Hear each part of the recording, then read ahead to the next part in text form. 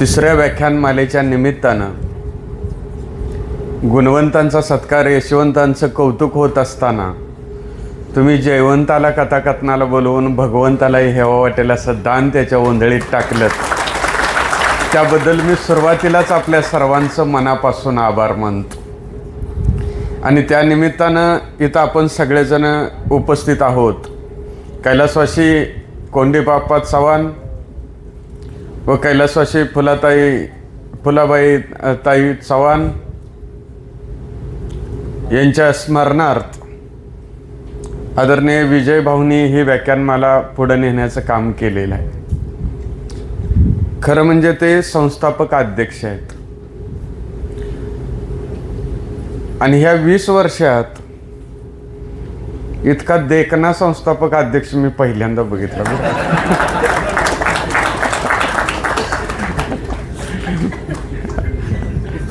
नाहीतर कौतुक कसं करायचं अध्यक्षांचा हा मला प्रश्न पडतो. आणि इथं आवर्जून उपस्थित असलेले अध्यक्ष राहुलजी जमादार साहेब, सेक्रेटरी विजयभाऊ दुर्गावळे, माझे मार्गदर्शक गुरु आदरणीय दिलीपजी सकपाळ सर, खरं म्हणजे कोण कुणाचे बंधू म्हणायचे इतकं ते राम लक्ष्मणाची जोडी आहे, ते आदरणीय सकपाळ सर, अण्णा आम्ही त्यांना प्रेमानं म्हणतो, सुहास भैया, विलासरावजी पवार साहेब, रोटरी क्लबमध्ये काम करणारे सर्व स्वयंसेवक आणि या मलकापूर परिसरातील रोटरीचे सर्व सदस्य आणि व्याख्यानमालेवर प्रेम करणारे सर्व बंधू आणि बहिणी, खरं म्हणजे रोटरी क्लबच्या कार्यक्रमाला मला येत असताना मनापासून आनंद होतोय. तुम्ही म्हणाले की हा जाईल तिथं असाच म्हणत असेल, पण याच्या मागे एक कारण आहे. कारण 22 वर्षापूर्वी कुंडलमध्ये रोटरी क्लबची स्थापना झाली होती आणि तिथं स्वयंसेवक म्हणून मी 5 वर्ष काम केलेलं आहे. आणि पोलिओ निर्मूलनासाठी जे या भारतामध्ये काम झालं त्यामध्ये रोटरी क्लबचा 100% वाटा होता, हे जगातलं कोणी नाकारू शकत नाही. आणि ते ड्रॉप द्यायला मी स्वतः बस स्टँडवरती ते किट घालून आम्ही असायचं तिथं. आणि मग इतक्या छान पद्धतीनं ते रोटरी क्लब चाललं होतं. अशोक पवार साहेब असतील, कुंडलचे बाळासाहेब पवार असतील, प्रदीप शेठ कस्तुरे व्यवसायामध्ये प्रगतिशील असताना आता आदरणीय विजय भाऊ आहेत, तसेच ते बी व्यावसायिक खूप छान होते. आणि त्यांनी ते रोटरी क्लब इतक्या चांगल्या पद्धतीनं चालवलं होतं. आणि त्या काळात मोबाईलवर असे उठसूट फोटो काढता येत नव्हते. आता आपण कसं दिसेल त्याची सेल्फी काढतो किंवा आपण काढत राहतो, तसं त्यावेळेला फोटो काढला की तो फोटोग्राफरकडून विकत घ्यावा लागायचा. आणि अमेरिकेहून काही गेस्ट आले होते रोटरीचे, आणि ते आल्यानंतर कुंडलमध्ये ते येणार आहेत म्हटल्यानंतर असं काही भारावलेलं वातावरण कुंडलमध्ये झालं होतं की जणू काही सगळं कुंडल गावच रोटरीमय झालंय की काय, असा प्रश्न पडला होता. आणि ज्या वेळेला ते आले, 2-3 पुरुष होते आणि 1-2 महिला होत्या. आणि प्रत्येकाला वाटायचं की माझा फोटो त्यांच्याबरोबर असावा, माझा फोटो त्यांच्याबरोबर असावा. आणि मीही हौसेनं त्यांच्या मधोमध उभा राहून फोटो काढला. आणि तो फोटोग्राफरनं 8 ते 10 दिवसांनी मला दिला. आणि तो फोटो बघितल्यानंतर मला कळालं आयुष्यात पहिल्यांदा की मी इतका काळा आहे. का तर ते इतके छान गोरे दिसत होते. आणि त्यांच्या सोबत फिरत असताना कारखाना कसा बघायचा असतो, त्यांच्या हातात साखर दिली तर त्या मॅडमने अशी साखर अशी सोडली आणि हातावर 1-2-3 खडे राहतात, ते असे जेवण त्याची टेस्ट घेतली. आम्हाला वाटलं पहिल्यांदा की जर असं पदार्थ खाताना जर ते इतक्या सावरून आणि हे करत असतील तर ते आमच्याशी वागणार कसे. पण मला सांगायला आजही त्या आठवणी माझ्या ताज्या आहेत की 2 दिवसानंतर ते सगळे जात असताना, निरोप घेत असताना अख्खं कुंडल रडत होतं. ही ताकद रोटरी क्लबची आहे. गोव्यामध्ये वगैरे ते सगळे फंक्शन व्हायचे आणि ही सगळी मोठी लोक, वयानं मोठी म्हणजे रोटरीत मोठा बारका काय नसतो, वयानं मोठी होती ती लोक जायची, पण ते त्यामध्ये पैसे भरायचे, नंतर ते तिकडून काही मदत येते आणि ते जास्तीत जास्त इंग्रजीमध्ये त्याचा व्यवहार असतो, बरोबर ना. मग ह्या सगळ्या गोष्टीमध्ये काही कालांतरानं ते रोटरी क्लब पुढं चालवणारा जी व्यक्ती होती त्यांना एक वैयक्तिक कारणामुळे ते काही वेळेला थांबवता आलं. पण आज ज्या वेळेला मी रोटरीच्या कार्यक्रमाला येतोय म्हटल्यानंतर दिवसभरात मला 15 ते 20 फोन आले की आपल्याला 20 वर्षापूर्वीची आठवण ताजी झाली रोटरी क्लबची पत्रिका बघितल्यानंतर. का तर हे रोटरी क्लब काय लेवलचं असतं आणि कुठल्या लेवलनं काम करतं हे मी अतिशय जवळून बघितलेलं आहे. आज इथं शिक्षक बंधूंचा सत्कार केला आणि माझ्यासारख्याच्या हातातून त्यांचा सत्कार होत असताना मला खऱ्या अर्थानं एक शहरून आल्यासारखं झालं. कारण आदरणीय दिलीपजी सकपाळ सरांनी सांगितलं की माझ्या आणि जयवंत आवटेची 20 वर्षापूर्वी ओळख झाली, पण एक शिक्षक काय असतो. आणि त्यावेळेला मी आल्यानंतर आणि माझी भेट झाल्यानंतर स्वतःच्या मुला इतकंच आदरणीय अण्णा असतील, सर असतील, भैया असतील, ह्यांनी मला जतन केलं. माझ्या एकूणच साहित्य प्रवासाला अधिक वर्धुष्ण करण्याचा प्रयत्न केला. आणि हे दोन्हीही शिक्षण क्षेत्राशी निगडीत लोक आहेत. आज तुमचा सत्कार होत असताना माझ्या मनामधल्या ज्या भावना आल्या की एका शिक्षकाचा सत्कार म्हणजे काय असतो. रोटरी क्लबनं खूप चांगलं काम केलेलं आहे. कारण वि. स. खांडेकरांना ज्ञानपीठ पुरस्कार मिळाला त्यावेळेला त्यांना दिसत नव्हतं. 70च्या दरम्यान ते जे ययाती कादंबरीला ज्ञानपीठ मिळाला ती कादंबरी लिहित असतानाच त्यांना नंतर दिसत नव्हतं निम्म्यापासून. मग सुमती क्षेत्रमाडे असतील, रणजित देसाई वगैरे असतील, या लोकांनी ते लिहून म्हणजे ते सांगत होते आणि ते लिहित होते. आणि त्याला ज्ञानपीठ पुरस्कार मिळाल्यानंतर 30 वर्षाचे कमी वयाचे रणजित देसाई त्या सगळ्या एकूण प्रोसेसमध्ये होते. आणि एकदा असंच बसल्यानंतर रणजित देसाई सांगायला लागले की म्हणले की भाऊ तो 16 असा होता तसा होता, खूप छान वर्णन केलं, पण वि. स. खांडेकर खुर्चीवरती बसलेले, हातामध्ये काठी, काळा चष्मा आणि काही त्यांच्या चेहऱ्यावरती असा लवलेश नव्हता. आणि ते ज्ञानपीठ पुरस्काराचं कौतुक करत होते. बराच वेळ तसा गेल्यानंतर रणजित देसाईंच्या लक्षात आलं की खांडेकरांचं लक्ष नाही आहे माझ्या बोलण्याकडं. तर ते म्हणले की भाऊ मी इतकं तुम्हाला सांगतोय त्या पुरस्कार सोहळ्याचं, पण तुम्ही ते मनापासून ऐकत नाही. कदाचित तुम्हाला दृष्टी नसल्यामुळे त्याचं महत्त्व थोडं कमी वाटतंय की काय असं मला वाटतं.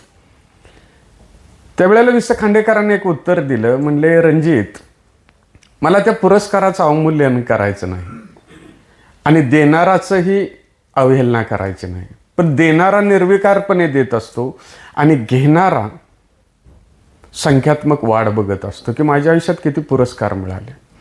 असे पुरस्कार मी मनाच्या कोणत्या कप्प्यात ठेवायचे. पण मागील आठवड्यात मी असाच बसलेला असताना एक जण आला आणि माझा हात हातात घेतला आणि मला म्हणला भाऊ मला ओळखलं का. तर म्हणलं मी नाही.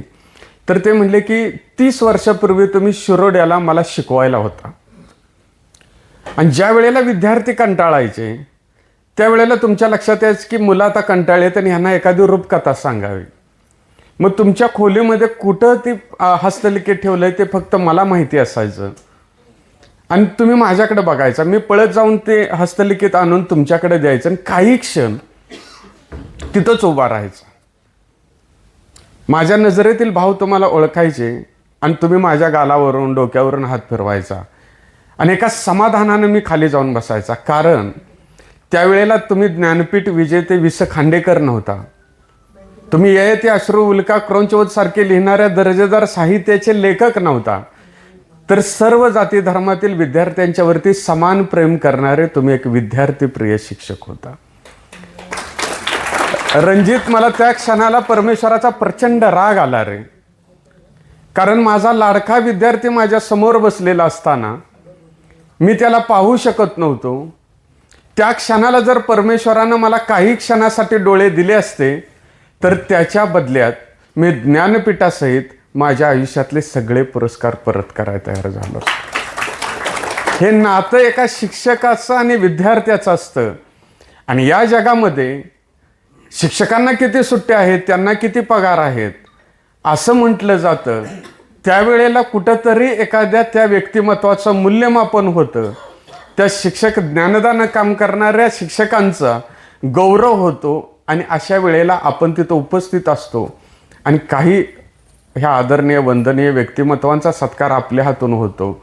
मला वाटतं माझ्या आयुष्यातला सुद्धा हा सर्वोत्तम पुरस्कार आहे की हे भाग्य मला तुम्ही दिलं. एवढ्या मोठ्या उंचीवरचा कार्यक्रमाचं ह्या सगळ्या जाणीवा मला होत आहेत की हेची लेवल काय आहे, ह्या कार्यक्रमाची उंची काय आहे आणि अशा वेळेला माझ्यासारख्यानं येऊन बोलण्यासारखी अवस्था आहे का?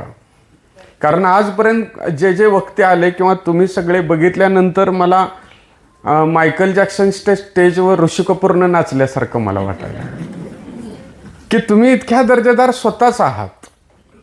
आता बघा ना, पहिल्यांदाच प्रस्ताव केलं ते किती छान बोलले सांगा, बोलले ना.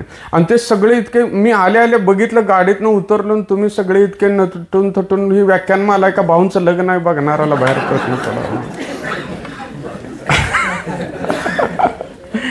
व्याख्यानमालेला सुद्धा असं येतं सजून धजून आणि इतकं चांगल्या मूडनं हे आज रोटरी क्लबनं दाखवून दिलेलं आहे बरं का, की व्याख्यानमाला सुद्धा एखादी असा आनंद व्यक्त करणारे, जल्लोष करणारे आणि आपल्या आयुष्यामध्ये काहीतरी अधिक काहीतरी टाकून जाणारे असते, हे आज मला तुमच्याकडून शिकता आलं. आणि ते सगळे बोलतो ते संकपाळ सर तर इतके भारी बोलायला लागले, मला जरा भीतीच वाटली. कसं होतं की वक्त्यापेक्षा संयोजकांनी ज्यादा चांगलं बोलायचं नसतं. जरा हे लोक अडकाळी तर आपल्याला वाटतं ना आपण बी काहीतरी वक्ता आहे, आता यांना दाखवतो काय ते. सर असे बोलायला लागले, त्या जुन्या आठवणी बिटवणी सांगायला लागले, प्रस्तावित केलं त्यांनी, खूप छान हे केलं. मग ह्यानं अडचण काय होती, आता आपल्या मुलगीला बघायला आली तर आपण काय करतो, आपल्यात जर कप नसतील तेवढे ब्रँडेड तर आपण शेजारणीकडून आणतो, आपल्या टिपॉय नसेल तर शेजारणीकडून आणतो आणि मालिकेतल्या गत आपलं घर मस्तपैकी आपण सजवतो. पण एक गोष्ट काय करतो, आपल्या मुलगीपेक्षा दिकणी मुलगी तिथं फिरकू देत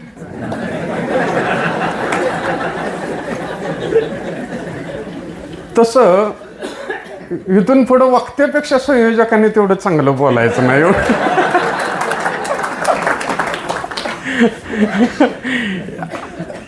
ह्या विनोदाचा भाग सोडला तर यावरून कळतं की ह्याचा दर्जा काय आहे आणि कुठल्या लेवलला जायचं आहे.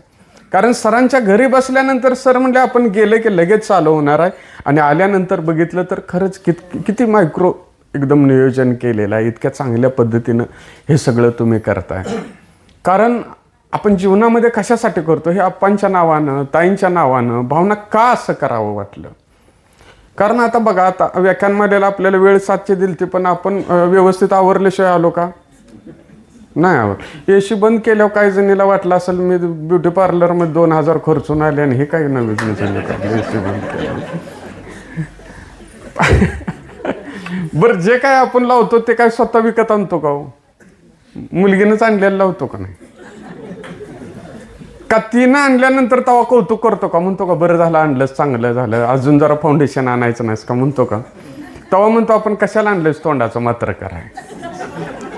आणि ती कुठं तर गेली ना, आपल्याला कोणी हळदी कुंकवाला बोलवलं की आपण काय करतो, ती ट्यूब काढतो आणि हातावर असं घेतो. आता आपल्याला काय माहिती आलिया भट कशी लावती, आपण आपला हापूस आंबा पिळावा तसं पिळतो आणि इथं बसर मोरा, इथं बसर मोरा. उत्तप्पाच्या भांड्यावर आंबल्याला वतावं तसं वतून कैटरना कशी दिसत्या, मी कशी दिसत्या. आता इथं जरी नवरा असला तरी मला मोठ्यानं सांगायचं, खरं रोटरी क्लब आहे ना, आपण जर कैटरना काही असतो, आपण हा येऊन नवरा निवडला असता का? ऍडजस्टमेंटच आहे का नाही सांगा.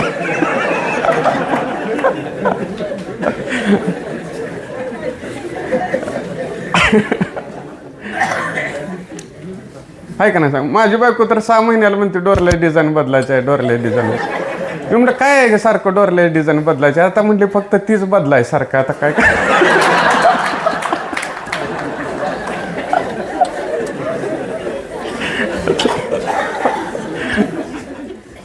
बाळानं घरी गेल्या मम्मीला विचारायचं, म्हणायचं मम्मी मूडमध्ये असल्यावर नाहीतर कानाखाली गेली, म्हणायचं मम्मी तू जर केटरने काही पाचतीस तर तू हे जॉनी लिव्हर निवड.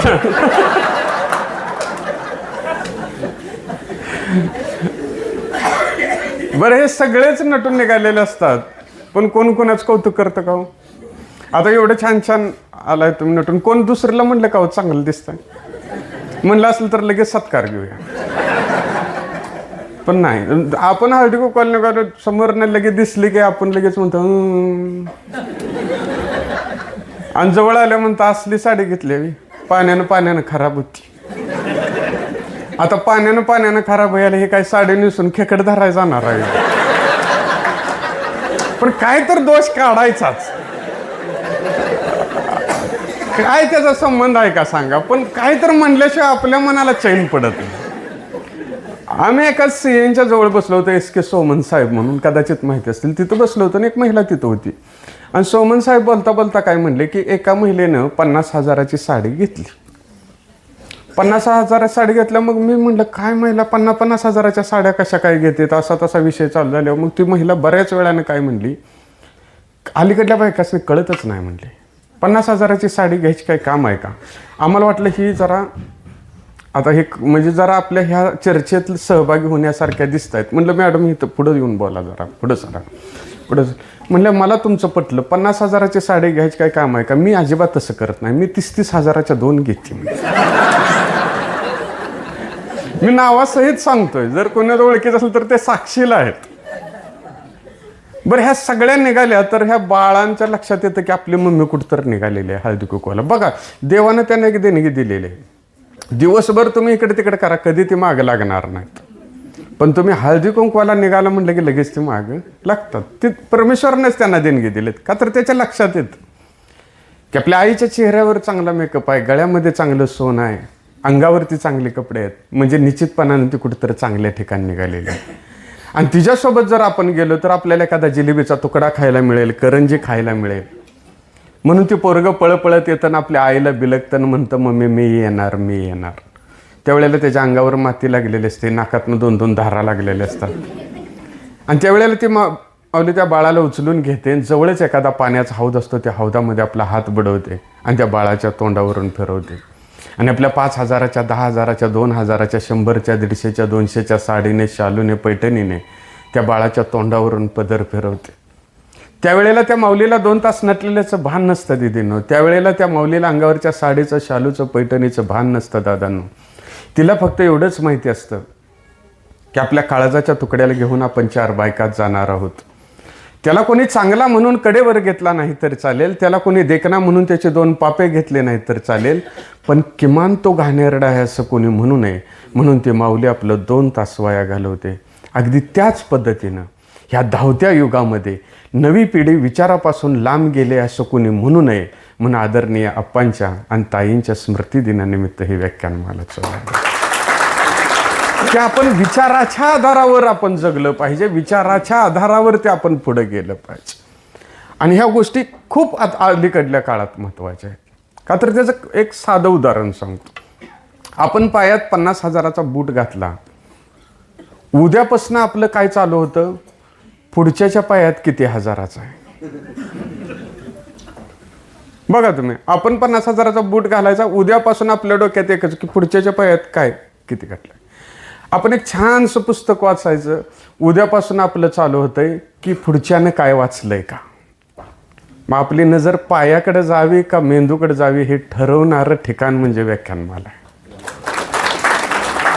की आपल्या जीवनाचा आपण अधोगती करायची का, तिमिरातून तेजाकडे जायचं आहे का, अंधारातून प्रकाशाकडे जायचं आहे का, यासाठी ह्या व्याख्यानमाला असतात की माणसाला थोडं जरा क्लिक होतं की जगण्याचा खरा अर्थ काय आहे. का तर यांना दुसऱ्या गोष्टी करता येतात. हे रोटरीचं काम मी अगदी जवळून बघितलं, मी आधीच सांगितलं खूप येत आहे. दुसरं कुठलीही मंडळं चालवणं सोपं आहे. 10 मंडळाचा अध्यक्ष होता येतं, पण रोटरीचा साधा सदस्य होणं अवघड आहे, हे मात्र मी छातीटोकपणानं सांगतो. इथं पैसे असं खिशातल्या खिशात मोजून देणाराचं काम नव्हे. इथं खूप मोठी दानत लागते, इथं समाज भान असावं लागतं. आणि मोठ्या लेवलला काम करत असताना सुद्धा सामान्यांच्याबद्दल मनात तळमळ असावी लागते. आज सरांनी मला सांगितलं की थंडीतसुद्धा ब्लँकेट वगैरे पहाटे दिली जातात आणि कोण आजारी असेल तर ॲम्ब्युलन्स वगैरे तुम्ही दिलेले आहेत. ही कामं समाजाच्या उपयोगाची असतात त्याच्यापेक्षा स्वतःच्या मनाला किती उभारी देतात हे महत्त्वाचं आहे. तुम्ही म्हणणार हे काय तुला बोलून जायचं आहे, तुला काय येतं होते. पण कुंडलमध्ये आम्ही संवाद मंच संस्था एक चालवतो, सांस्कृतिक मंडळ. कुणीही कुंडल आला तर बघा, प्रत्येक वर्षी 31 डिसेंबरला आम्ही स्थानिक कलाकारांना संधी देण्यासाठी कार्यक्रम घेतो. 300 रुपये तिकीट ठेवतो, त्यांना जेवण देतो. ही गोष्ट अखंडपणे 15 वर्ष चालू झाल्या. शेवटी आम्ही हिशोब करतो 2 लाखाच्या आत आम्ही कधी तोट्यात नाही. शेवटी आम्ही हिशोब होतो त्यावेळेला किमान 2 लाखाला आम्ही बुरदुंड असतो. लगेच आम्ही ते सगळं वर्गीकरण करतो आणि प्रत्येकाचे पैसे देतो. पण कायम सप्टेंबर ऑक्टोबर झाला, गावातली माणसं म्हणतात एक तिच्या कार्यक्रमाचं काय, मग पुन्हाने आम्हाला ते वारस अंगात संचारतं, पुन्हाने आम्ही करतो. नंतरच्या प्रतिक्रिया 1-2 तारखेच्या मिळतात, त्या आयुष्याच्या वर्षाच्या सुरुवातीपासूनच ते आनंद देणारे असतात. आता आपण एखाद्या बाळाला घेऊन एखाद्याच्या घरात जातो बघा, मग ते बाळ ग बसतं का हो? ते बाळ ग बसतं का? ते इकडे तिकडे करतं का नाही सांगा? का तर आता लग्नात जर गादीवर पोरगा असं उलट्या उड्या घेत असतं बघा, तिची मम्मी तिथं असती का नाही? पाहुणं पै जरी असलं, मान्यवरांसाठी टाकलेल्या गादी उलटी उडी घेतं, असं काहीतरी करत असतं. तुम्ही गॅरंटेड ओळखायचं की तिची आजी नाही तर आई तिच्या इथं लग्नात आहे. का तर त्याशिवाय तो कॉन्फिडन्स येत नाही. त्याला वाटतं की मला कोण काय म्हणलं तर माझी मम्मी त्या मामाच्या हातातली तलवार घेऊन त्याला भोगसल. पण मम्मी झुराळ बघितल्यावर अशी काय बळत्या, नाग बघितल्या गत, ही त्याला माहिती नाही ना. मग ते बाळ काय करतं, जातं चालत आणि फ्रीज उघडतं. त्यावेळेला मम्मी काय करते, त्याला खुणी होती, खाली बस खाली बस म्हणते का नाही?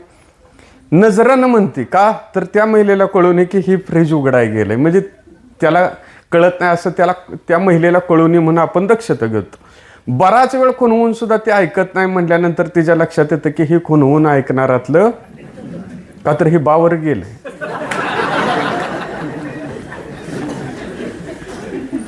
आणि मग ते त्याला म्हणते की खाली बस.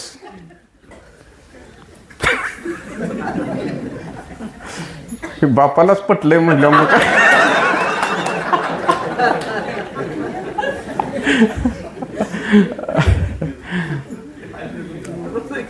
मग ती काय तोंडानंच म्हणते की खाली बस खाली बस म्हटल्यावर ती महिला म्हणते का होय होय त्या कराट्याला खाली बसवा म्हणते का? ती काय म्हणते असू दे हो बाळ आहे म्हणते का नाही? आता मला सांगा, ती खरंच बाळ आहे गोंडस आहे म्हणून म्हणते का आपण आहे म्हणून म्हणते हो? आपण आपल्याशिवाय ती गेलं त्याने फ्रीज उघडून केक खाल्ला तर त्याच्या गालावून हात फिरती होतील का कानाखाली देतील? म्हणजे एका मिनिटात ते बाळाचं कार्ट होतंय का नाही? मग आईशिवाय ती समाजात कसं फिरू शकेल का हो? तेवढी त्याला किंमत मिळणार आहे का? मग आईची जागा कोणीतरी घेतली पाहिजे ना. मग आईची जागा कोण घेतं तर आईने दिलेले संस्कार, ज्ञान आणि कला. आणि आईच्या शिवाय तो आयुष्यात फिरत असताना संस्कार, ज्ञान आणि कला मिळावी, सामाजिक भान मिळावं म्हणून रोटरी क्लब काम करत असतं. मला वाटतं रोटरी क्लब ही आपली दुसरी आई आहे. की आईशिवाय प्रतिष्ठा मिळत असते. का तर एखाद्या क्षेत्रात आपल्यात मी आज ती माणसं बघितली, आज इथं आलो.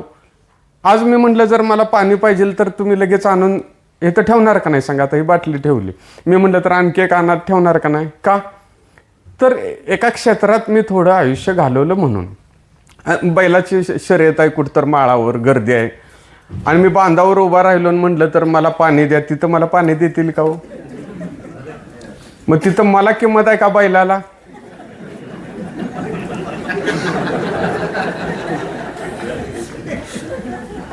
मग ते चाकूर धरून पळतंय म्हणून त्या बैलाला तिथं किंमत आहे, आपण तर माणूस आहे का नाही सांगा? आपल्याला किंमत मिळायची असेल तर आपण एक चाकूर धरली पाहिजे. एका बैलवाल्याच्यात, म्हणजे हा काही रचलेलं नाही उदाहरण, मी एका बैल असलेल्या माणसाच्यात भेटायला गेलो आणि त्याचा बैल असा बाहेर होता आणि त्याच्या अंगावरती गुलाल पडला होता. मी त्याला विचारलं, म्हणलं की बैलाने 4 शर्यती जिंकल्यानंतर तिची किंमत लाखात कोटीत होते, खरं आहे का? तर त्या अडाणी शेतकऱ्यानं मला दिलेलं उत्तर माझ्या आयुष्यात सगळ्यात महत्त्वाचं मला वाटतं. तो म्हणला 4 शर्यती जिंकल्यानंतर बैलाची किंमत वाढत नाही, कारण शर्यती जिंकणारे बैल त्यांच्याही दावणीत आहेत.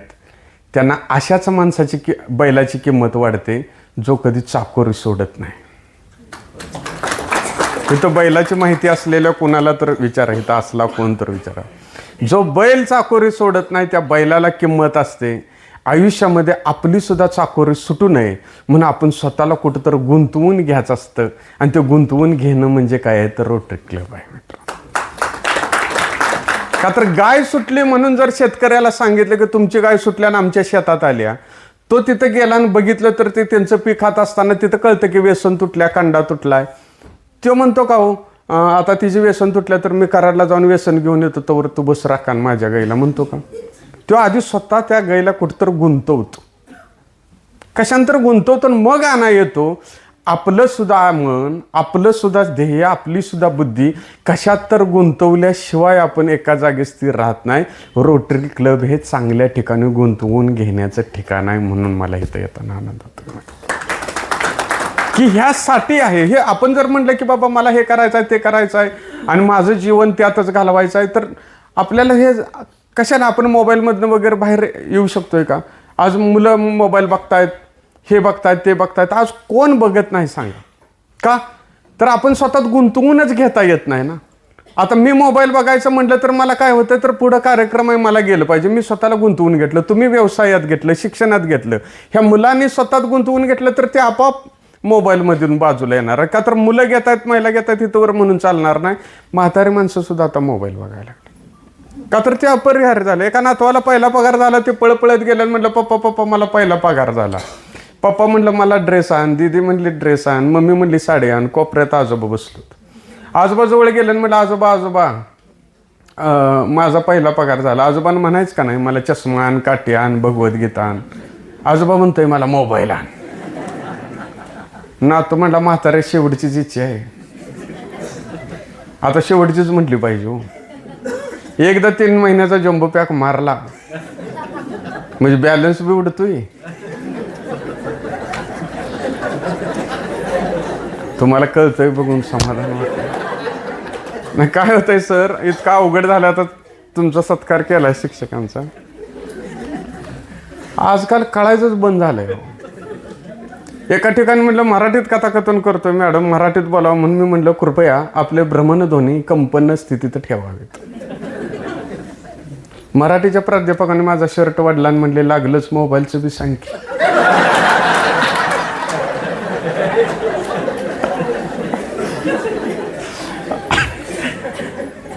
त्यामुळे आपण जास्तीत जास्त मराठी म्हणून मला एकदा 3 महिन्याचा जम्बो पॅक मारला म्हणजे बॅलन्स बी उडतोय आणि म्हातारं बी उडतंय.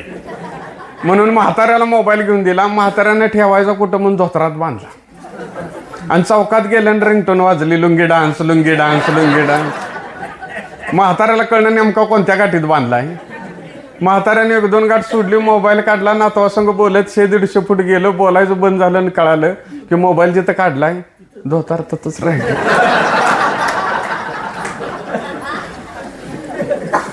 आहे का नाही अवस्था सांगा.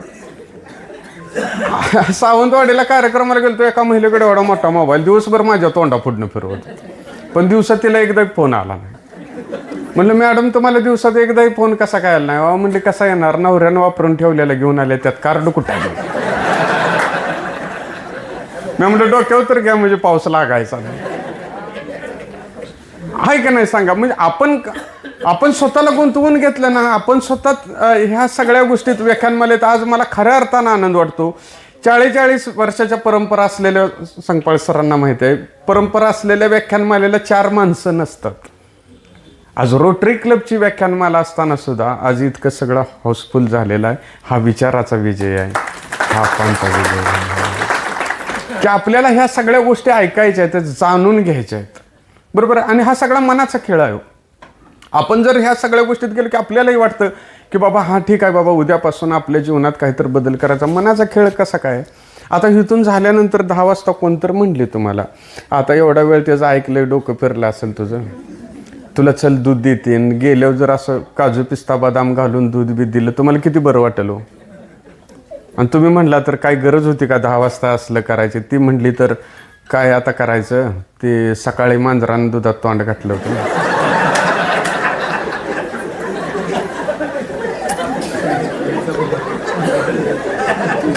मग आता काय मांजर पोटात शिरलं का? लागलं का नाही ढवळा आहे सांगा? गारवाने आधी बसलं होतं का नाही ते? पण नुसतं म्हणलं तरी ढवळायला लागलं का नाही सांगा? आणि ती पुन्हा म्हणले तर ती दूध ओतून टाकलं ना, आत्ताच ताजं आणलंय, आता संध्याकाळी आणलंय, काय करायचं सकाळपर्यंत म्हणून तुला अखेर दुधाचा करून दिला. आता गळ्यात पड वाटतंय का नाही? आत्ता सांगितलं झाल्या गडबडीनं तुम्ही जावा. तुम्ही म्हणजे ना आम्ही तसं गडबडी जायला आम्हाला जमाय नको का कुठच्या बिडीच्या आहेत. आणि कोणतर म्हणला तर साप निघालाय, मग थांबा म्हणलं तर थांबणार आहे का तुम्ही? तर हा सगळा मनाचा खेळ आहे. म्हणजे मी आत्मप्रौढी म्हणून सांगत नाही किंवा त्याच्या आडानं माझं कर्तृत्व दावण्याचा प्रश्न नाही. या 1.5 महिन्यात 12,500 किलोमीटर माझं रनिंग झालंय. वाटतंय का बघून?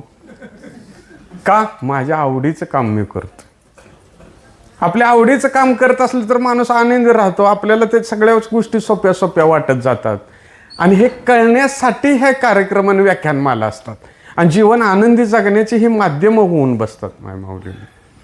आणि यासाठी हे सगळे कार्यक्रम असतात. का तर आजकाल महिलांचं बघा, आता इतकं छान. आता सरांच्या घरी बसलो तर सर म्हणले की ते आता काय कार्यक्रम सकाळी करून आला इकडं. तर त्या मॅडम म्हणल्या नाही ते पोरगं आपलं आहे, आपल्या घरच्यासारखं आहे. मला लय बरं वाटलं की अशा महिला सुद्धा आज ह्या जगात आहेत. नाहीतर ह्या नवीन पिढीकडं काय आशा राहिली नाही. मी एका ठिकाणी साहेब कार्यक्रमाला गेलो, बसलो, 2 जण अशा माझ्याकडे बघत होत्या, हल्ल्या सुद्धा नाही. त्या उशीर एकटक बघत होत्या सासू वासून. आणि थोड्या वेळाने मला म्हणते त्या चहा ठेवायचा काय? अहो म्हटलं मी इथं व्याख्यानाला आलोय काय, रद्दी न्यायला आलोय, तुम्ही ठेवायचं आहे कसं काय? पण म्हटलं आता आपण बी बघताय असं दावा म्हणून मी काय म्हटलं, कोरा ठेवा. कोरा ठेवा म्हणजे काय करा, दूध घालू नका. 2 संघ मला म्हणते त्या साखर घालायची काय? मी म्हटलं दूध बी नाही, साखर बी नाही, मग वल्या बाळत निघत कोमट पाणी पाचतीस का?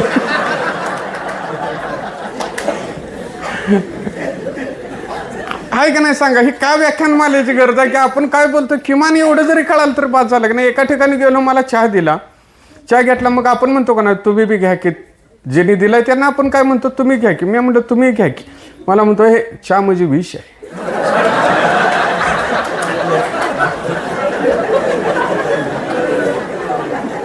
मग सरळ एंडोसल्फानच दे की मला. पुढला कसा प्याचा सांगा. म्हणजे कुठल्या गोष्टीचं प्रबोधन करायचं ह्याच गोष्टी अवघड होऊन बसलंय का नाही सांगा. म्हणजे प्रबोधनाच्या दिशाच कुठं निघाल्या. त्यांना रहर कुरंदकर वगैरे सांगत होते ते सगळं मागं पडलं ना. आता बेसिक गोष्टीचंच प्रबोधन होऊन बसलंय की जी गोष्ट रुटीनची होती सर त्याच्यावर आज वेळ आली का नाही सांगा. हे का तर ह्या कशामुळं तर आपण आज उत्साही असलं पाहिजे, समाजात पुढं आलं पाहिजे.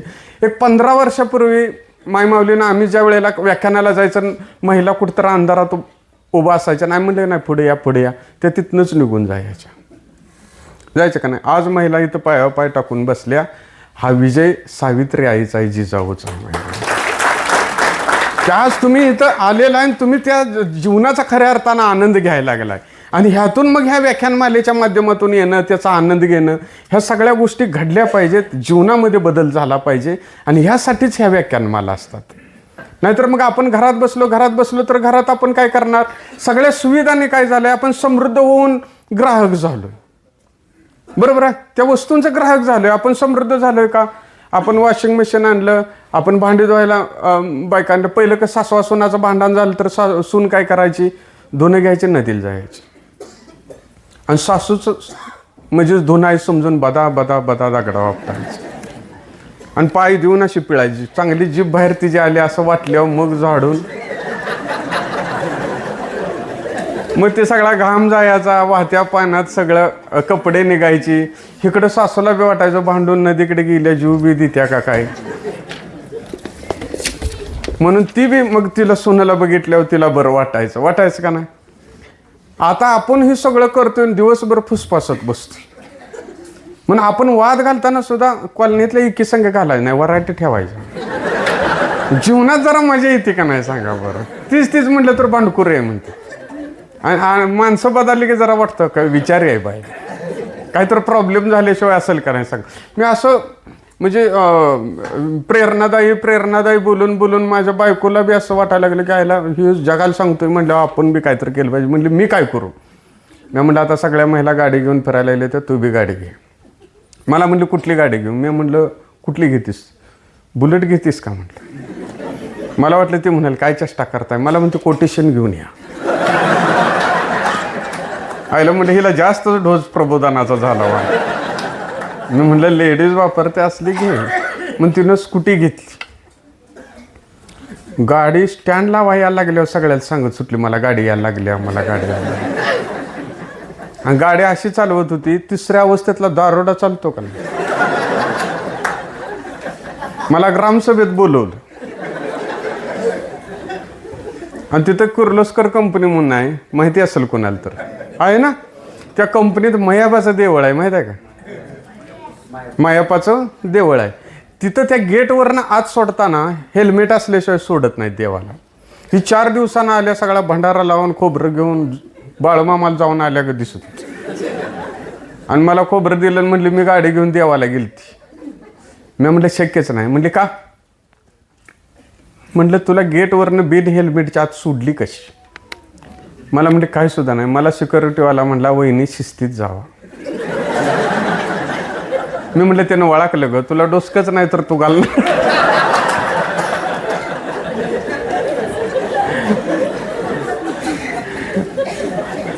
मग ह्या साध्या गोष्टी आहेत का नाही सांगा.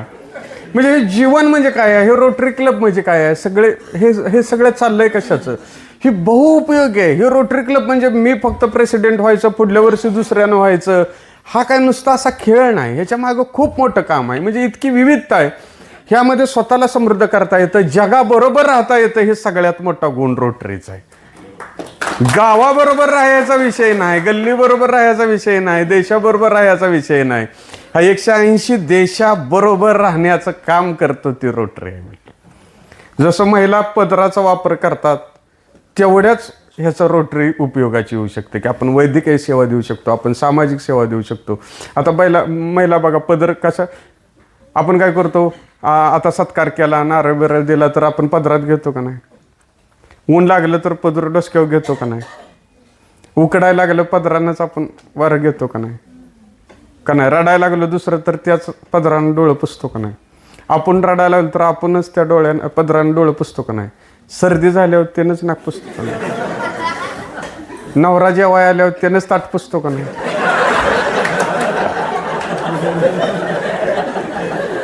आणि ते बी मासे हँडवॉशनं हात धुवून बसतात.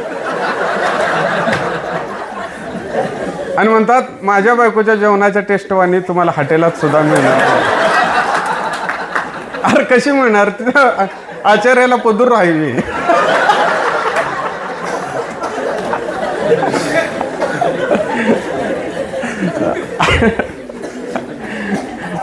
तर हे काही गणपतीचं मंडळ नव्हे. 4-7 दिवस आपला उत्सव केला आणि पुन्हा पुढल्या वर्षीच बघितलं.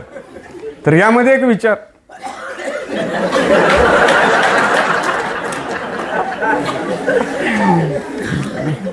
गेलं का. ह्यामध्ये एक विचार दडलेला आहे. तो विचार घेऊन आपल्याला पुढे जायचं. आणि त्यासाठी ह्या सगळ्या गोष्टी असतात. जीवनाचा आनंद घेणं म्हणजे काय तर हे आहे की आपण कशासाठी करतोय. आपल्या प्रपंचात ह्यानं काय होतं की आपण उत्साही राहिलो, आपण आनंदी राहिलो तर ह्या व्याख्यानमाला काय करतात तर आपल्या जाणीवा समृद्ध करण्याचं काम करतात का नाही सांगा. आता हे मी एकदम 2 दिवसापूर्वी असं घरी गेलो तर बायको मला म्हणली सिलेंडर घेऊन या. आता मी असं बोंबलत हिंडाय सोकावलं. आता सिलेंडर आणीन का मी. पण म्हटलं कुठं वाद घाला म्हणून आणला आणि ठेवला तर त्याला कलबिलर नव्हता हो जरा. मला म्हणले तुम्हाला काय कळतं का हो, जरा तर काय बघून आणायचं नाही. आता सिलेंडर म्हणजे काय वांगा आहे का डबो आहे. मला म्हणले तुम्हाला चॉईसच नाही, सगळ्या गोष्टी थर्ड क्लास. एवढं मात्र पटलं बरं का.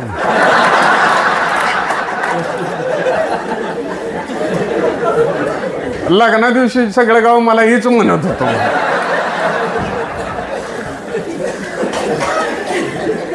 आता चष्मा कंपल्सरी झाला. त्या 15-20 वर्षापूर्वी चष्मा म्हणजे जरा कमीपणाचा असायचा. मला म्हणते तुम्ही मला फसवलं, तुम्ही मला फसवलं. म्हटलं का? म्हणजे तुम्हाला चष्मा आहे म्हणलाय, मला दावलं नाही बघाय आल्यावर, चष्मा घातला नाही सा. म्हटलं घातल्यावर तुला पसंत केली असती मी. आता तुम्ही लयच मूडमध्ये सांगतो. परवा घरी गेलो, रोजच जातो. तुम्ही चला परवा गेला म्हणजे ह्या गावात त्या गावात करत मध्ये कुठं फुलाखाली झोपतोच काय नाही. तर परवा घरी गेलो तर सरकारी दवाखान्यातल्या बाकड्या पेशंट ॲडजस्ट होऊन झोपतो का नाही? बा ती बाकडं बी का असं असतं, रोटरीने जरा चांगली बाकडे तिथे बसलो घसारतं बघा पुढं. मग तिथं पेशंट कसा ते माराय झालेला असतो आणि बाकडे मोडाय झालेलं असतं, ते ॲडजस्ट होऊन झोपतं का नाही? तशी बायको माझी डबल बेडवर ॲडजस्ट होऊन झोपली होती. ॲडजस्ट होऊन म्हणजे इकडं वळी तर इकडं पडल, इकडं वळी तर इकडं पडल, आणि नुसती हल्ली तरी बेड मोडल. ससा खाऊन आजगर पडावा तशी आपली. मग मी जाऊन नुसतं आपलं हाय का बघितले नाही, हिच्या कर्माने हे जायचे सगळं सर माझी वाट बघत बसावं. तर हिनं असा डोळा उघडला. मी म्हणलं तुला काय होतंय काय ग? तर मला म्हणले मला कसंच होतंय.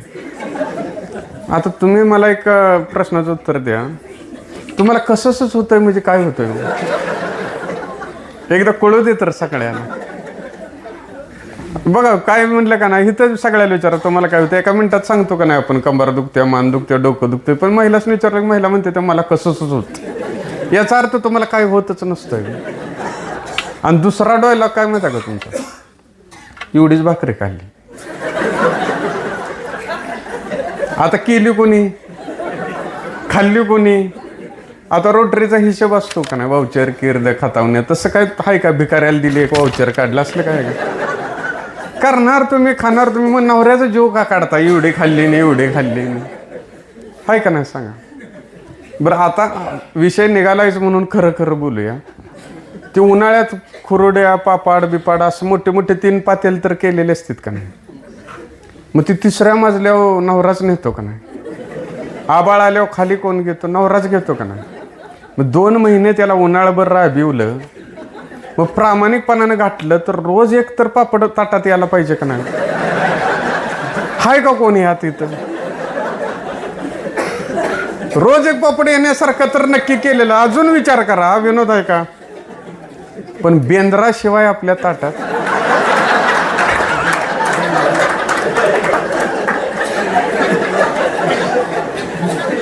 सत्य आहे का नाही सांगा बरं. आपण खेड्यातली सांगतात माणसं 10 पोती शेंगा झाल्या, 10 पोती शेंगा झाल्या.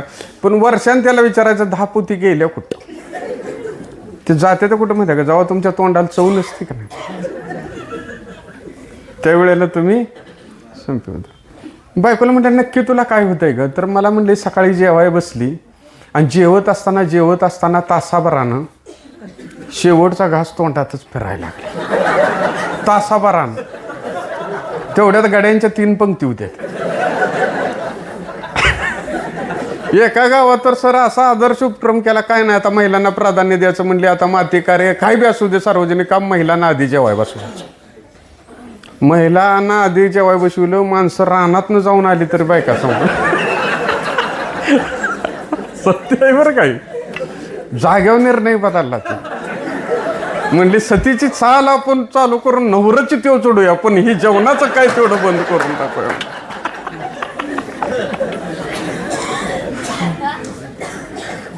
मी म्हणलं नक्की तुला काय होतं? तर मला म्हणले सकाळी जेवाय बसली, जेवत असताना तासाभरानं शेवटचा घास तोंडातच फिरायला लागला. मी मनातच म्हणतोय म्हणून मी तुमच्यापाशी बोलतोय. मी 1-2दा असंच जोशात येऊन लेक्चर दिलं. तिनं पोरगेला विचारलं चांगला दवाखाना कुठं आहे म्हणून. त्यामुळे मी नुसता घरात ऐकतोय तो. मला म्हणले असं असं होतं. मी मनात म्हटलं त्याच्या आधीचं 4 घास कमी खाल्लं असतं तशी वेळ आली असते का. मला म्हणले जरा घशात बी खवकावता येईल, तुमच्या बाटलीतलं जरा औषध पिली तरी मला शंका आली तीच बरं का. TV इकडं होता आणि इकडं बघत होत.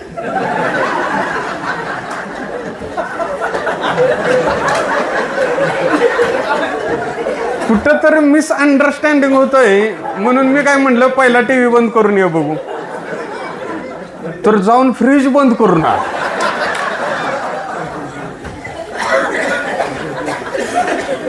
डेटॉल ही काय प्याचं औषध आहे का. मी म्हटलं दवाखान्यात जाऊया का, तर मला म्हणते करा बिराडला नको, गावातच जाऊया. आता आमचं आयुष्य सम्राट 500 नाशेला खाऊन गेलं, हिला कराडला नाही, डोक्या पडली. म्हटलं ठीक आहे तुझी इच्छा आहे तर गावातच जाऊया. तर मला म्हणते आता गावातच जायचं आहे तर आणि 4 घास खाऊन घेते, मला इंजेक्शनची रिॲक्शन येते. आणि आता इथं सगळे राजकीय वेगवेगळ्या पक्षाशी निगडीत आहेत. इथं आमदाराच्या मागं पळणं सोपं, खासदाराच्या मागं पळणं सोपं, ते प्रतिसंगमवर सगळे राज्यातले नेते ते त्यांच्या मागं पळणं सोपं, पण बायकोसोबत चालणं सगळ्यात अवघड. बरं आपण रस्त्यानं बायकोसोबत निघालो, समोर एखादी महिला निघून गेली. आता आपल्याला एखाद्या साडीचा कलर आवडतो किंवा साडीचा, मग सगळ्याच साड्या काय दुकानातच बघायच्या का. बरं दुकानापाशी उभा राहून आपण साडी बघायला लागलो तर ते दुकानदार काय म्हणतो माहिती आहे का, साहेब न्या वहिनीला चांगली दिसत.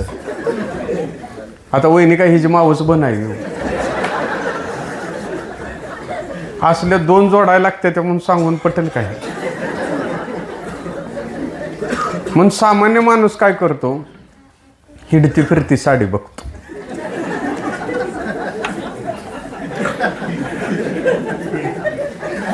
मग आपण रस्त्याने निघालो ना, असं आपण जरा बघितलं की बायको आपल्याला म्हणते होय हो आत्ता गेलेल्या महिलेची साडी बघितली का.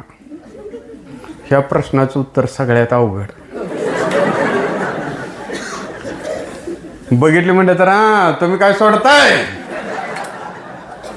आणि नाही म्हटलं तर कुठं वर तोंड करून फिरता हो. आणि तुमच्या सगळ्यांची माफी मागून सांगतो बरं, डॉक्टर सुद्धा ह्या महिलांनी सामील असतात. कसलीही दणदणीत महिला असतात, चौघांनी धरून दवाखान्यात नेली तरी डॉक्टर म्हणतात हिला रक्त कमी आहे. इथं बसलेले प्रत्येकीचं हिमोग्लोबिन कमी आहे मी सांगतो. आणि तो म्हणलं की असं तसा फील येत, आणि असं भीत धरूनच चालायला चालू करतो. नवरा म्हणतो असं ते पोरं मोठी होस तर जगलं पाहिजे, नाही काय करायचं. नवरा गेलो छया नसतेले, पण हाय तोवर मात्र असंच. दवाखान्यात गेलो, डॉक्टर म्हणले वहिनी का आलाय, बायको म्हणले मला कसंच होतंय. डॉक्टर म्हणले तुम्हाला पाण्याची ॲलर्जी आहे, तुम्ही अजिबात भांडी घासू नका. बायकोनं माझ्याकडे बघितलं आणि म्हणली काही अडचण नाही. ठीक आहे म्हटलं, उभे पिळून धुवून टाकायचे. पुन्हा म्हटलं धुनी सुद्धा धुवू नका. बायकोनं माझ्याकडे बघितलं आणि म्हणली काही अडचण नाही. ठीक आहे म्हटलं, उभे पिळून टाकायचे. पुन्हा म्हटलं स्वयंपाक सुद्धा करू नका. आता लयच व्हायला लागलंय म्हणून म्हटलं डॉक्टर माझ्या बी घ्यायच्यात जरा खाऊ. तर मला म्हणतो बिडी वाढता काय. नाही म्हटलं गांजा वडत लागा, कधी तर आमच्या बाजूनं बोलत जा की म्हणलं. परवा सासूकडे गेलो तर सासू अशी फुसफुस आलं. म्हणलं हिच्या काय अंगात आलं का काय. उशीर माझ्याकडे बघितलं आणि मला म्हणते जावाय बापू माझ्या पोरगीला मी तळहाताच्या फोडाप्रमाणे सांभाळले. मी म्हटलं पण तिला सांभाळताना आमच्या हाताला फोड आलं की.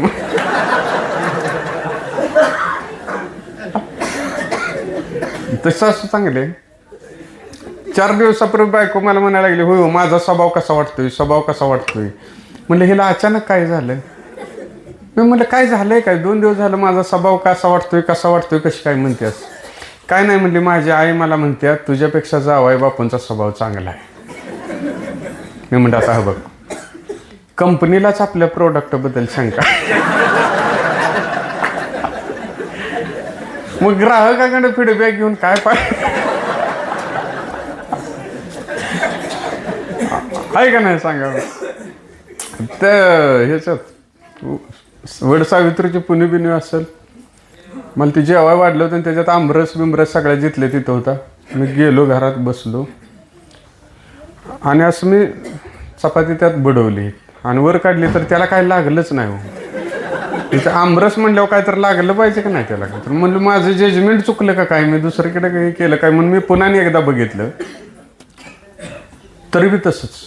मग बायकोला बोलवलं, म्हणलं इकडे. म्हणलं काय, म्हणलं कसला आंबा आणले तेच का, कसला आमरस झाला आहे. आत गेली, ती पेटी आणली बाहेर ठेवली. म्हणले काय लिहिलं आहे ह्याच्यावर. म्हणलं काय लिहिलं आहे, देवगड हापूस सुपर क्वालिटी. मग म्हणले असल्या आंब्याला नाव ठेवता आहे. मी म्हटलं पुन्हा मला असलं लिहिलेलं दावायचं नाही का, तर तुझ्या बायोडाटा बी लिहिलं तर शांत सुशील न.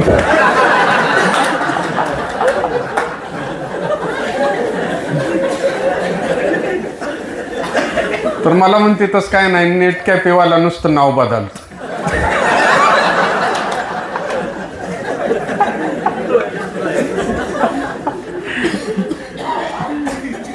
आहे का नाही सांगा. आपल्या जीवनात आपण असा आनंद घेत गेलो ना की साध्या साध्या गोष्टी असतात, जीवनात आनंद येतच जातो. आणि आपला आई वडील, आता ही मी सगळं सांगतोय का, एवढं जीव तोडून तुम्ही म्हणणार तुला कुठला अधिकार दिला आणि तू कोण सांगणार, बरोबर आहे.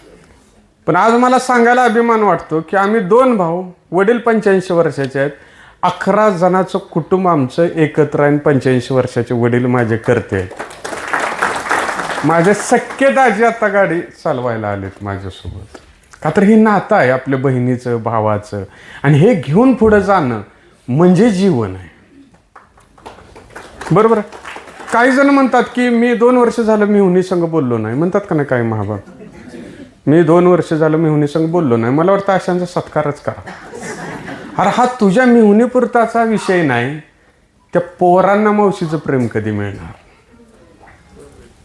बहिणी संग 2 वर्ष बोलत नाही, पोरांना आत्तीचं प्रेम कधी मिळणार.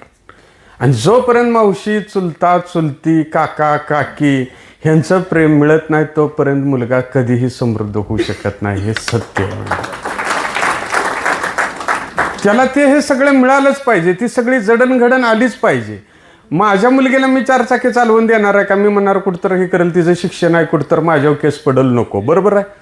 माझी मुलगी बुलेट चालवते, 4 व्हीलर चालवते, माझी मुलगी सगळ्या गाड्या वगैरे चालवते, पोहाय शिकली का, तर ती मावशीकडे गेली आणि मावस भावानं तिला शिकवलं की मी आहे, तू काय काळजी करू नको.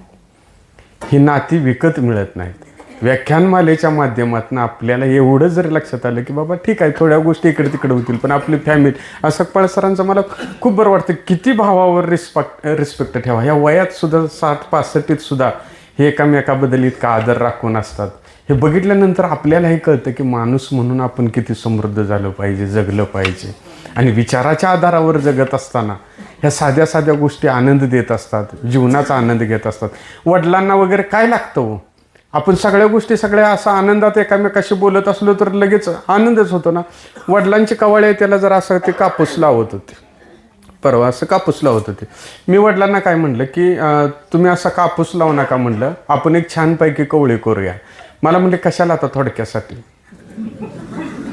मी म्हणलं तात्या असं म्हणू नका, आता आपल्याला कुठं तर चांगले दिवस येणार आहेत आणि तुम्ही असं म्हणता येईल.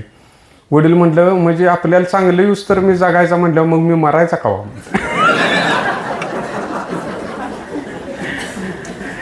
हे साहित्याचं, हे सगळ्या गोष्टी का सांगतोय मी ह्यात कसा वळलो. आता सरांना सांगितलं, आमच्या वडिलांना वाचनाची आवड होती, म्हणजे आहेच आजही. वडील म्हणायचे की पुस्तकाला कधी पुस्तक म्हणायचं नाही, माणसाला पण माणूस म्हणतो का, त्याचं नाव आहे का नाही. पुस्तकाला सुद्धा पुस्तकाच्या नावानंच बोलायचं. आमच्या घरात सगळे ययाती क्रंचवत, श्रीमान योगी उपरास, हे सगळे कादंबऱ्या होत्या. आणि आमचं वडील म्हणायचे हे पुस्तक कुठं आहे, ते पुस्तक कुठं आहे. नुसतंच आमच्या घरात नावं, कोण वाचलंच नव्हतं वडील सोडून. आणि 5वीत वि. स. खांडेकरांचा संकल्प धडा होता लघुनिबंधाचा. आणि मॅडम म्हटलं की वि. स. खांडेकरांचं इतर साहित्यही आहे. मी म्हटलं मॅडम मी सांगतो, त्यांची उल्का आहे, क्रंचवध आहे, सोनेर स्वप्न भंगलेले आहे, ययाती आहे. मॅडम म्हणलं ह्याला इतकं कसं काय वाचन आहे. मला सगळ्या वर्गात फिरवलं की ह्याला वाचन आहे म्हणून. मला फक्त नावं माहीत होती.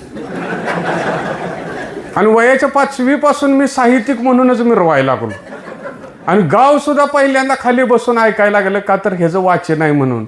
कुणीतरी चांगलं म्हणण्यासाठी आपल्याला त्या गोष्टीकडे येणं बरं. आज नुसतं व्याख्यानमालेला आला तरी तुमच्याबद्दल बघण्याचा लोकांचा रिस्पेक्ट वाढणार आहे. मी आज तुम्हाला सांगतो. कारण एक गावात असं वळून टाकलेलं होतं आणि त्याचं लग्नच ठरत नव्हतं. आणि त्याला जागा निघाल्यानंतर ती महिला काय म्हणली, त्या मुलगीची जागा निघाली आणि भावाला फोन केला आणि म्हणली की अशा अशा गावातल्या पोराची जागा आल्या आणि भाऊकीतली 4 बघायला जाणार आहे आणि तू बी चल. भाऊ काय म्हणला, खोळे आहेस तू. म्हणले का? अहो ती सगळ्या गावानं ओळून टाकलंय म्हणली आणि त्याला पोरगी द्यायला निघाली असवी तू. म्हणजे आता बघ, आता येतो म्हणून सांगितलंय. जर आता आपण गेलो नाही तर पुन्हा माझ्या पोरगीला कोण जागा काढेल का?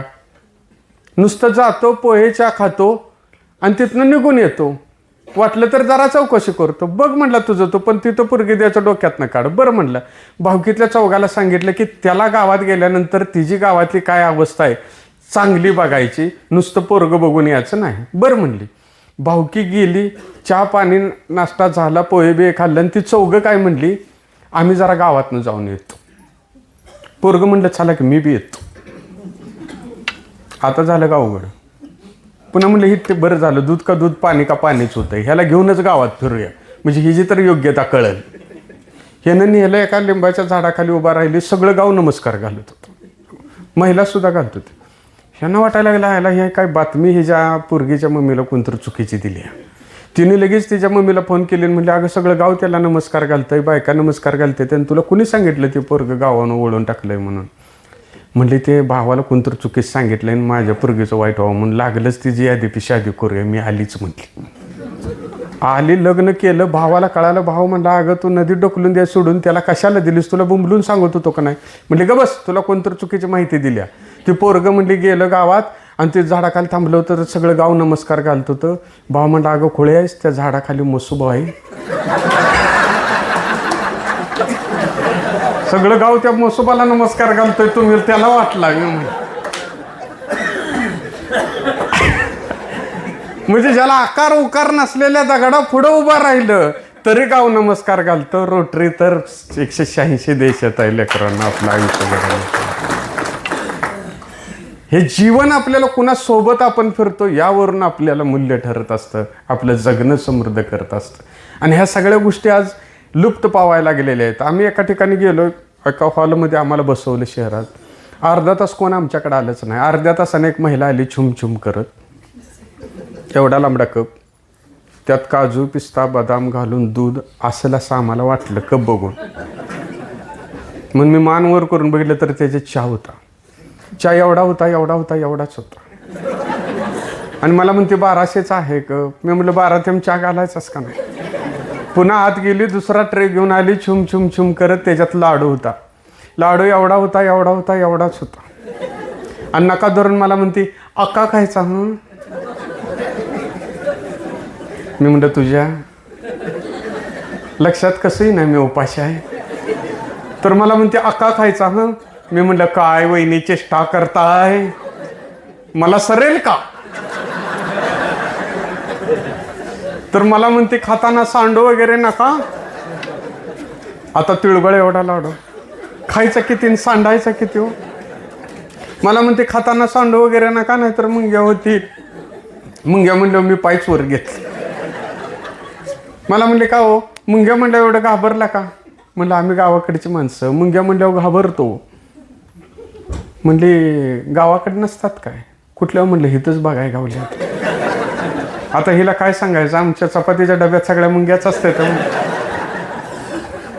हरभऱ्याचा डाळ झाडल्या का आम्ही चपात्या झाडून खातोय म्हणून सांगू. तर मला म्हणते चला तुम्हाला हॉल दाखवते, किचन दाखवते, टेरेस दाखवते, कमोड सुद्धा दाखवते. 70,000चा आहे. मी म्हणलं एवढा लाडू चारून.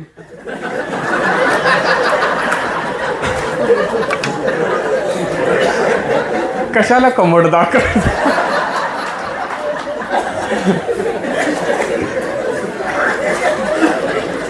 मोठे मोठे 4 घातले असतेस, तू जावली नसतेस तरी आम्ही दरवाजा मोडून बघितला.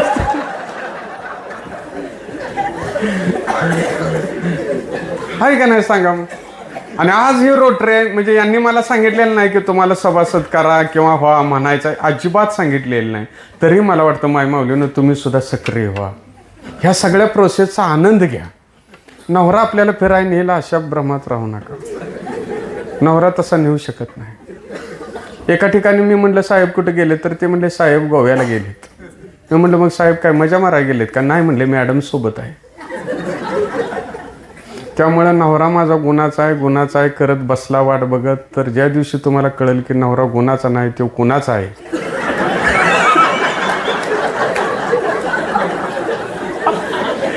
त्यावेळेला डोसक्याला हात लावण्यापलीकडे काही येणार नाही. त्यामुळे आलेल्या संधीचा फायदा घ्या, मुख्य प्रवाहात राहावा आणि जीवनाचा आनंद घ्या. का काय चुकीचं आहे सांगा? आहे का नाही सत्य? आपण किती किती आनंदी राहतो जीवनामध्ये, किती प्रसन्न राहतो, यावरूनच आपल्या जीवनाचं मोल ठरतं. आता मला इतका विनोद आहे म्हणते ते मला नाराजच राहून देण्यात झाली. वारलेल्या ठिकाणी गेलं तरी त्याचं वडील वारला तर माझ्याकडे बघतोय 2 जोक सांगल मग.